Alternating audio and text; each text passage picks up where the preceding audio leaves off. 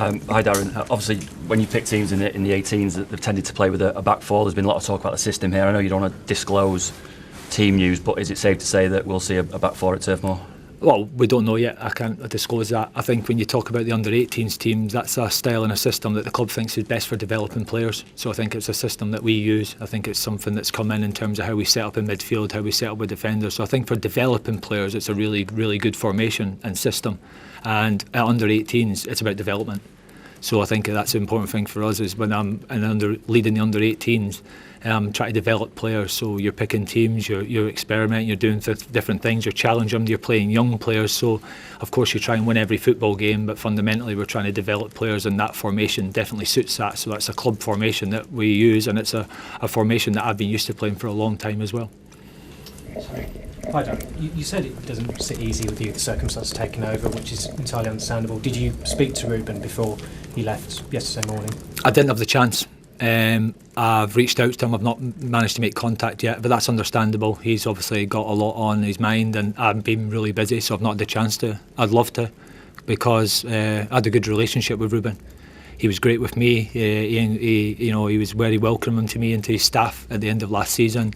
In terms of being the under-18s coach, in terms of small communication I've had this year because I've been on another side of the building, always good interactions. And ultimately he's the manager who gave my son his debut as well. So as a father, I've got a lot to thank him for, and Tyler, although the boys have gone and earned that themselves, he was the manager that did that. So I've got a good relationship with Ruben, so I'm disappointed and obviously for him.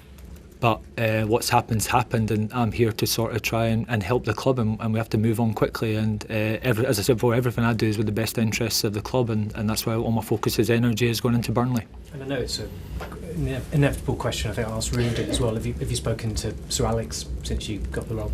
I have. I don't like to make any major decisions or things without speaking to Sir Alex, and that's something I've done since I've been at the club and since I've left the club. And everything I do, I've got a really good relationship with Sir Alex, so it's probably the first person that phoned actually, so I wanted to speak to him first. And ultimately to get his blessing, to be perfectly honest with you. I think he deserves that respect. I wanted to run it by him what he thought, and he was supportive of it, and he echoed my thoughts, which I've always said.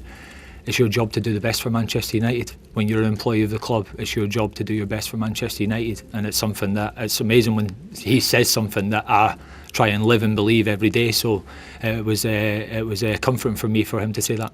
Thank you. Jamie. Darren, you were obviously a big player here, lots of success. You've been here for 4 or 5 years, done all these roles.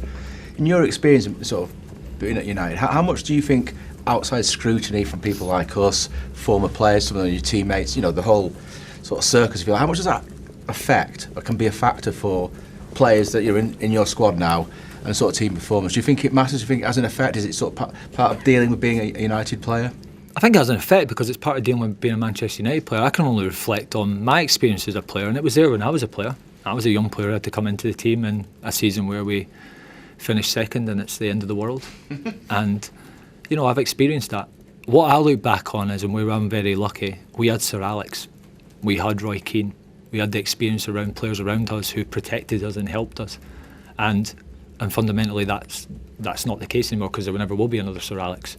So it is difficult, but it's the same in every club. But Manchester United is the biggest club in the world, so that scrutiny, expectation, standard is there, and it's something that you have to deal with. You have to learn to deal with, you have to get help in to deal with. Some people it happens naturally, some people have to take time to get used to it. And slowly but surely you try and have to deal with that constantly. I think it's life of a footballer, it's a modern day world, and it's something that the players have to learn to deal with. And they will. And sometimes it takes time, and sometimes some people can't, and that's just life, and that's just the way it is. So my thing is, it's there, learn to deal with it, find a way, however best suits you, and embrace the challenge of being at Manchester United. Be excited by it, but recognise that there is a lot of scrutiny and a lot of pressure and a lot of noise. Just on that, Darren, it was something Ruben's mentioned a few times here about the noise, and especially from pundits or ex-teammates of yours. You mentioned it again on Sunday about suggesting kind of what Gary Neville says influences decisions. How difficult is it for this club to get back on its feet when that sort of thing's happening on a daily basis? Do you either need bigger characters within the club, within the dressing room, or do you need some of those ex-players to kind of understand the situation and maybe go a bit easier on the club and the team? Nah, you can't ask them to go easier because they're passionate guys, and I think they're a right to their opinion, and they're really good. They're engaging. They're good to listen to. I enjoy listening to them. You know, I had years of listening to them in the dressing room, and I used to sit and I used to listen to them. I used to take it all in. But I think it's. Sorry, what was the first part of the question? I've got off track there. It's obviously a bigger thing now. There's more of these pundits about. You can't miss it on social media. How difficult is it for everyone at the club, not just the dressing room, but executives, coaches as well, to ignore it? Well, it's difficult, but you have to. I think it's winning football games is important. Winning football games, winning trophies, going on a journey. That's life. That's football, especially here. It's about winning. People want to win football games. People want to be entertained. People have a standard at what Manchester United is and what Manchester United expects.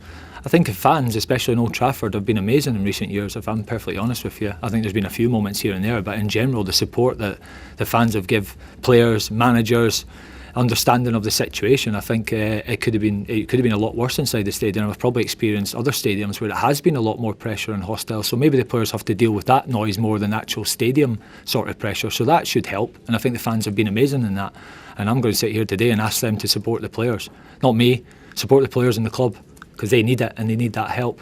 Outside noise, ex-players, it's difficult to deal with. It's not easy because those players have won everything. They've got success behind them. They've got trophies.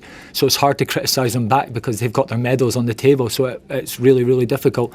But again, that's what it is being a Manchester United player. Get your head around it, learn how you're going to deal with it, and embrace the challenge. James? Darren, what's the sort of mood been like in training the last sort of couple of days?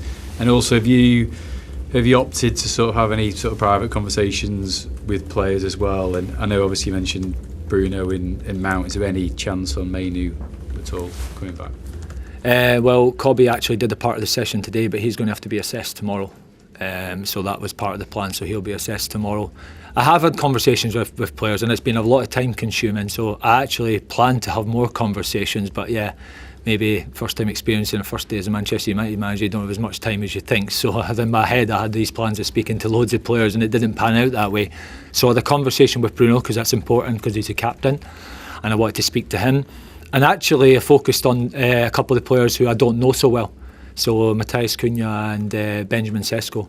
Senna Lemons, I'm actually had a conversation with him not too long ago, but those two are focused on because I've not really got a relationship with them, and I wanted to get to know them and I wanted them to get to know me. So the others I know well, I've had a relationship with them in the past, so I focused on those two, and obviously the captain Bruno. And then as game time gets closer tomorrow, there'll be some individual chats and meetings and just chatting to them in general around the training ground, around the canteen and things like that. I think it's really important. Is that as much like what you expect from them, or are you actually more interested in hearing what they have to say? And a bit of everything really. Get to know them, have a conversation, ask some questions about them, how they're finding it, how they're experiencing the club, how they found things. Just trying to get to know a little bit of what I think of them as players, my thoughts on them, how they've been, all that sort of stuff. That's just a general chat, really, getting to know them, trying to build first steps of a relationship rather than being cold when you know 95% of the squad and you don't know those two. I think it's important that I try to do that. Last question for Paul. Darren, how do you assess the state of mind and the confidence of the players? Because it's been obviously quite a kind of whirlwind 48 hours for them. I think confidence is part of everyone's at a different stage in confidence, and it's really important in football. But I think you see players coming back from injury who've missed a lot, they're going to be in a certain state of mind. You've got other players who are playing well, you've got other players who are not playing so well, so confidence is up and down. I think the players you could see that, nobody likes to see somebody lose their job. I'm sure you could sense that in the building yesterday. But today, you have to move on very, very quickly, and it's important that we have a good energy going into the game. We can't be going into the Burnley game with not a good energy. So it's important that you have to be, move on very, very quickly. Football's a cruel game, it's life, it's football, so it's important that we try to create a little bit of energy today and a little bit of spirit, and I think we got that in training today, and hopefully there's more of it again tomorrow. Thanks everyone. Thanks guys, cheers. Thank you very much.